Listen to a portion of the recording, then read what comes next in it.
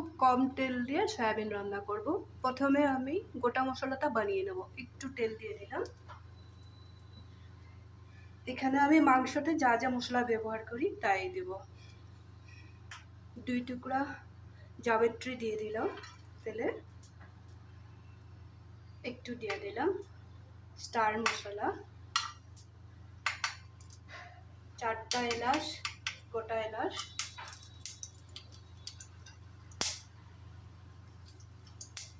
দারচিনি দেব 3 টুকরা,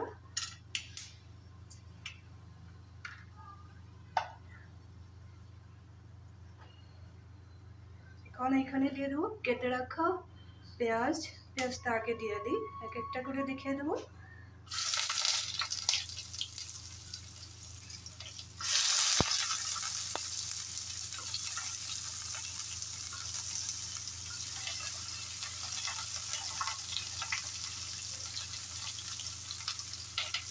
টমেটোটাও দিয়ে দিই।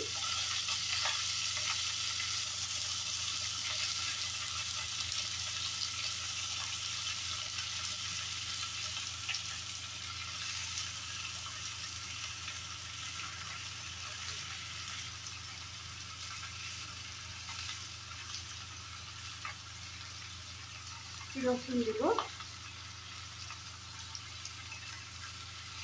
ঝালটা একটু বেশি করেই দেবো, তাহলে আমরা মাংস যেভাবে বানাই ঠিক ওইভাবেই বানাবো।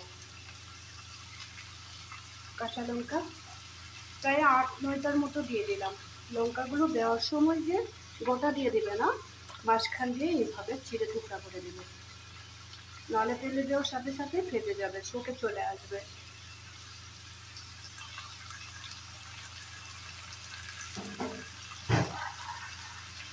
এখানে দিয়ে দিব কয়েকটা বাদাম।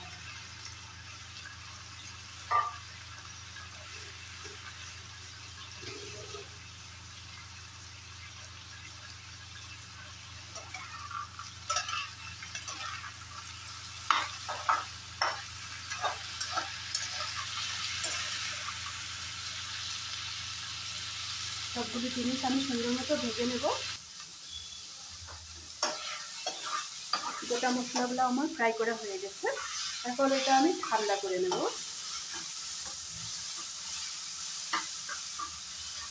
তাড়াতাড়ি ঠান্ডা হওয়ার জন্য কি করি দেখো,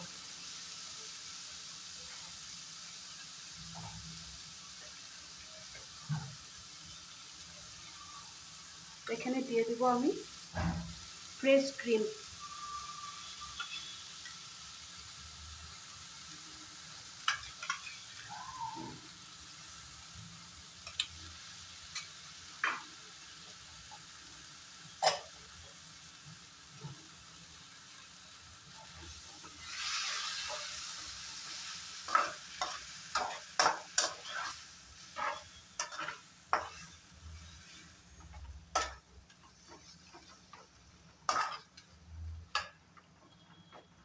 এগুলো ঠান্ডা হতে হতে ক্রিম দিয়েছি, ফ্রিজের ক্রিম দিলাম। একটু দেব, ফ্রিজের থেকেই বের করেছি, একটু আদা বাটা দিয়ে দেবো এখানে। খুব তাড়াতাড়ি ঠান্ডা হয়ে যাবে। আমার হাতে একদম সময় কম যখন থাকে তখন আমি এরকমই করি।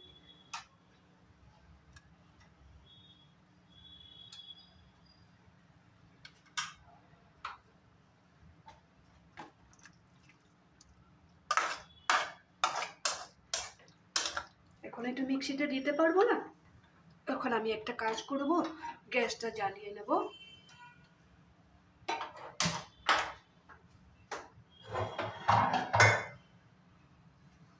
এখানে আমি অন্য একটা কড়াই বসিয়ে দিলাম। কড়াইটা গরম হতে হতে আমি মশলাটা পেস্ট করে নেব। কড়াইটাও আমার গরম হয়ে গেছে। মশলাগুলো ভাজার সময় একটু তেল দিয়েছিলাম। সবাই ভাবে সয়াবিন বানাতে অনেক তেল লাগে, কিন্তু এত বেশি তেল লাগে না।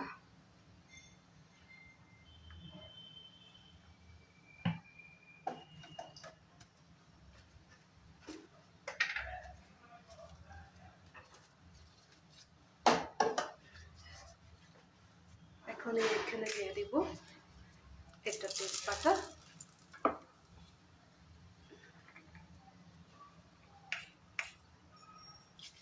কালো জিরা,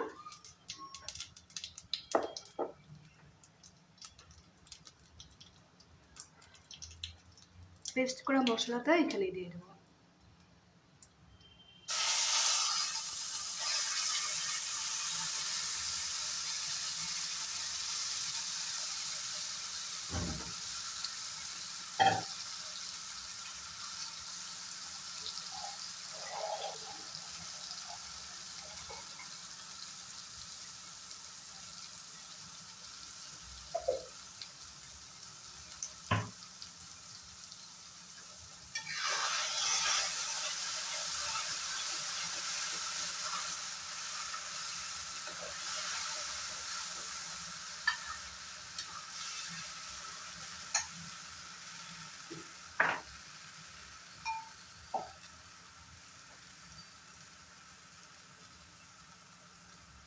এখানে দিয়ে দিব স্বাদ মতো লবণ,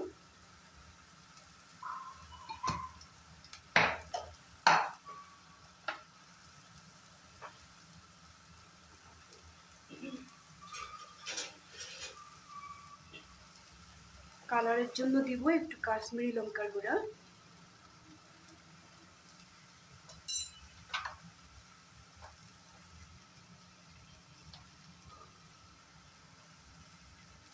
কাঁচা লঙ্কা অনেকগুলো দিয়েছি তো তার জন্য একটু গোলমরিচের পাউডার দিব।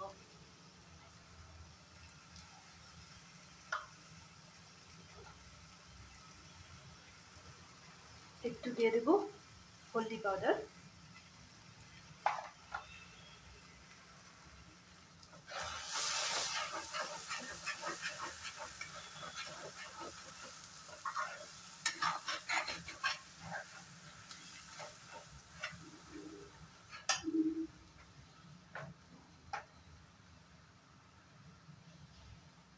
সামান্য পরিমাণে ভাজা মশলা,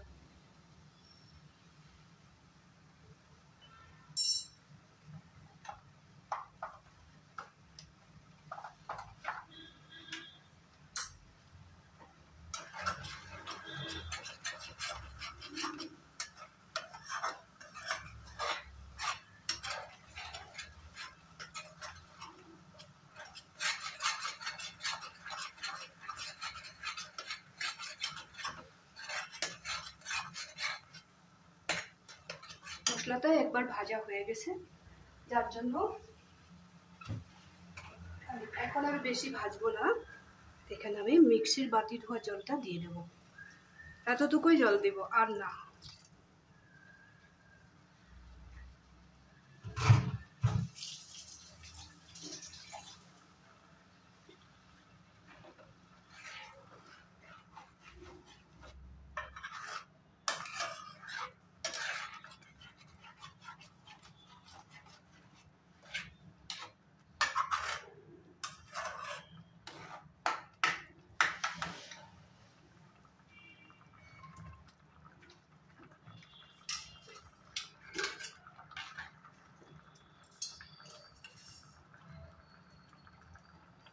সবজিটা ঠিকঠাক ব্যালেন্স হওয়ার জন্য একটু চিনি দিয়ে দেব।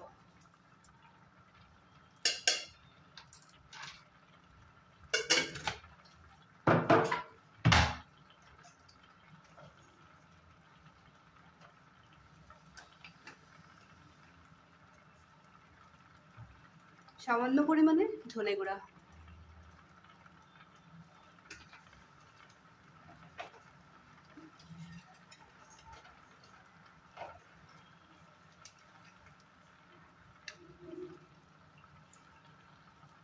একটু কসুরি মেথি পাউডার। এইভাবে সয়াবিনটা যদি রান্না করো কসুরি মেথি পাউডারটা দিতে ভুলবে না।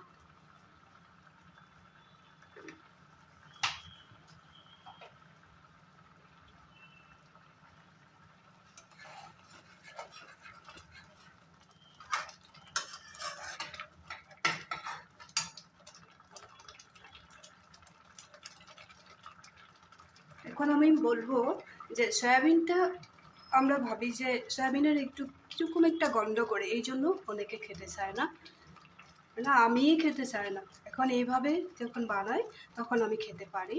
সয়াবিনটা যখন আমরা একটু লবণ দিয়ে বয়েল করেছি, লবণ দিয়ে বয়েল করার সময় সামান্য পরিমাণে জলের মধ্যে ঘি দিয়ে দিয়েছি আর দিয়েছি গোটা এলাচ, দালচিনি, লং এইভাবে দিয়ে দিয়েছি। ভাপাবার সময় তোমাদেরকে আমি দেখাই না, তার জন্য বলে দিলাম। এখন আমি সয়াবিনটা এখানে দিয়ে দেবো অল্প অল্প করে। আমি তো আলাদা কোনো তেল দিয়ে ভাজি নাই, এইভাবে তোমরাও করবে, খেয়ে দেখবে, খুবই হেলদি।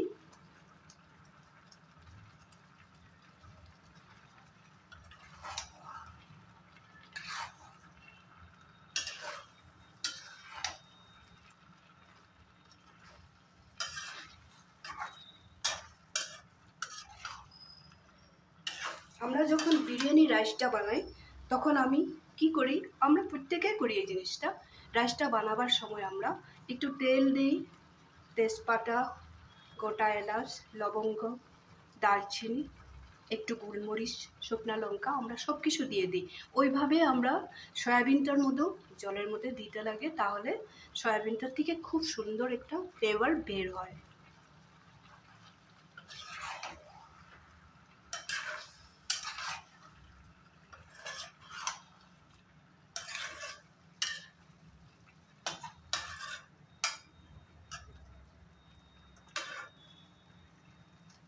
এখন আমি 2 মিনিটের মতো এই জিনিসটা বানিয়ে নেবো সুন্দর করে।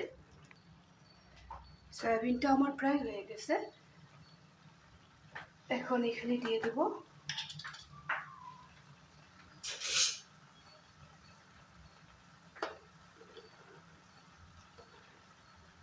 একটু ঘি। কত তো তেল দিয়ে রান্না করেছি দেখলেই তো, ওইভাবে তোমরাও রান্না করবে, খাবে।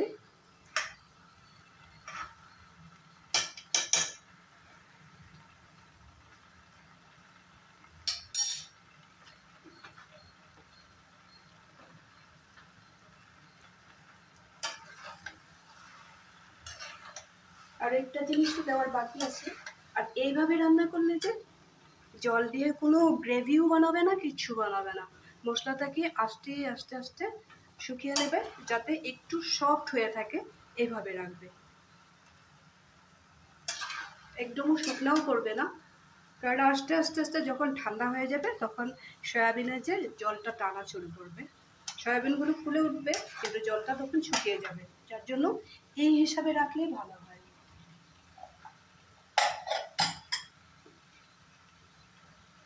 এখানে দিয়ে দিব আমি একটু ধনেপাতা পেস্ট করে রেখেছিলাম, একটু দিয়ে দিলাম। তোমরা চাইলে এখানে কেটেও দিতে পারো, ছোট ছোট করে কেটে দিয়ে দিবে। এতটুকুই দিলাম।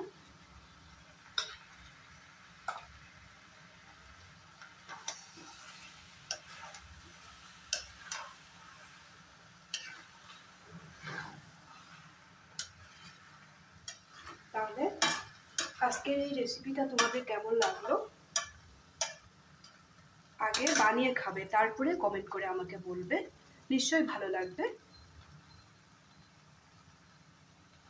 তাহলে বেশি দেরি না করে তোমরা সব সময় আমার সাথে থাকবে, বেশি দেরি করব না। আজকের জন্য রাখি, তাহলে আবার দেখা হবে নতুন একটা ভিডিওর সাথে।